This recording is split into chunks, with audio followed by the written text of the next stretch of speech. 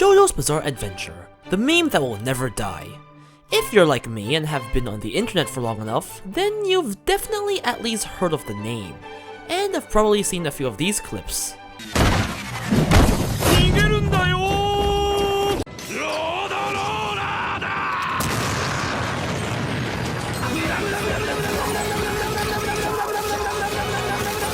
But as someone whose knowledge on JoJo was based on nothing more than the memes and random YouTube clips, after committing to watch all 5 parts, yes, skipping parts is a sin, I found that the show I got was vastly different from the impression I had when I was a babyface that knew nothing but memes. That's why all torture dances and "nigerundayos" aside, I'd like to talk about the true JoJo's experience and my understanding of why it has become such a beloved series. JoJo, as you probably expected, is quite the unique experience. There's nothing quite like it. For us who have never actually watched the anime, I think many of us see it as just a meme show, a comedy even. I mean, am I supposed to take this guy seriously?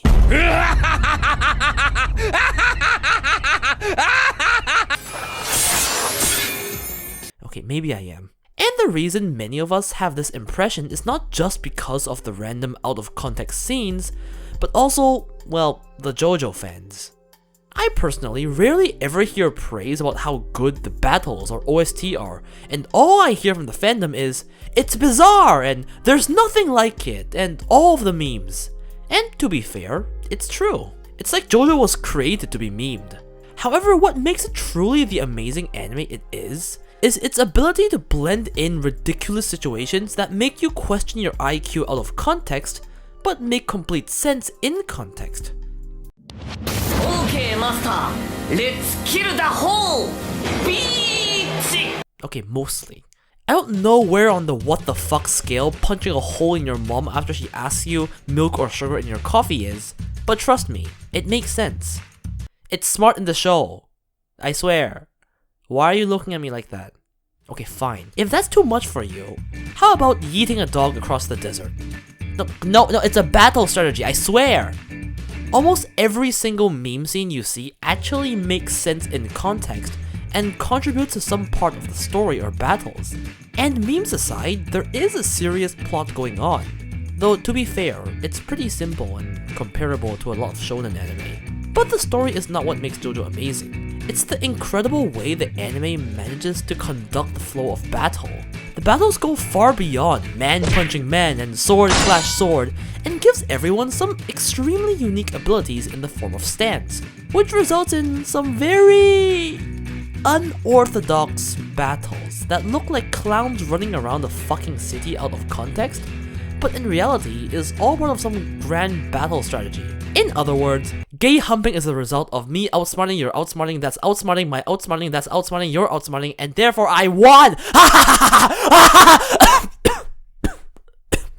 Just to give an example on how insane stands are, I'm gonna spoil one of their abilities. Crazy Diamond lets you return everything to its original state. This doesn't just include healing broken bodies, but also broken walls, loosened screws, ripped up gloves, and so on. I think you can see how this can lead to some very bizarre battles. Stands are like the quirks in My Hero Academia, or unique ability in any battle anime. But weirdness turned up by tenfold, and what the fuckness turned up infinitefold, resulting in these beautiful battles. If you can even call them battles. I guess one thing I should point out is the stands only start appearing in part 3. Part 1 and Part 2 feel very conventional shonen with the classic JoJo extreme exaggerations and a lot of though Part 2 stands out in terms of weirdness. Moving on, we have, of course, JoJo references. If you haven't heard the line, "Is that a motherfucking JoJo reference?" then either you're illiterate, or you've been using the internet wrong your entire life. As a result of all the weird battles and stands, it has been discovered by JoJo fans that the range of objects and scenarios covered by JoJo is so large that almost everything in life is a JoJo reference. Eating spaghetti? That's a JoJo reference. Owning a dog? That's a JoJo reference. Dying in a plane crash because of an insect? That's a JoJo reference. In the logic of JoJo fans, JoJo is not part of this world. The world is a part of JoJo. Jojo covers everything the universe has to offer, and if it's not covered by Jojo, then it was a failed creation of God and doesn't deserve to exist. But yeah, if you are wondering what a Jojo reference keeps referring to, it's that. But yes, humanity is a Jojo's reference. So is Jesus Christ. Last but certainly not least, I'd like to give a very brief introduction of each part for those that may want to know, or perhaps even those that want to commit the sinful act of skipping parts. I don't think it's too big of a deal, but don't let any of the JoJo's fans know. You will get crucified. Part 1 covers the story of Jonathan to defeat Dio. Honestly, it's the most bare bones, basic good guy versus bad guy story, and apart from a few memeable moments, nothing really stands out. It's mostly known as the worst part, but it's not really hard to sit through since it is only 8 episodes and they're still entertaining. Part 2 has the best protagonists and memes. I will fight you on this, JoJo fans! There are 2 ways to explain the story. 1. Joseph has to fight and save the world from 3 pillarmen who want to destroy the world. 2.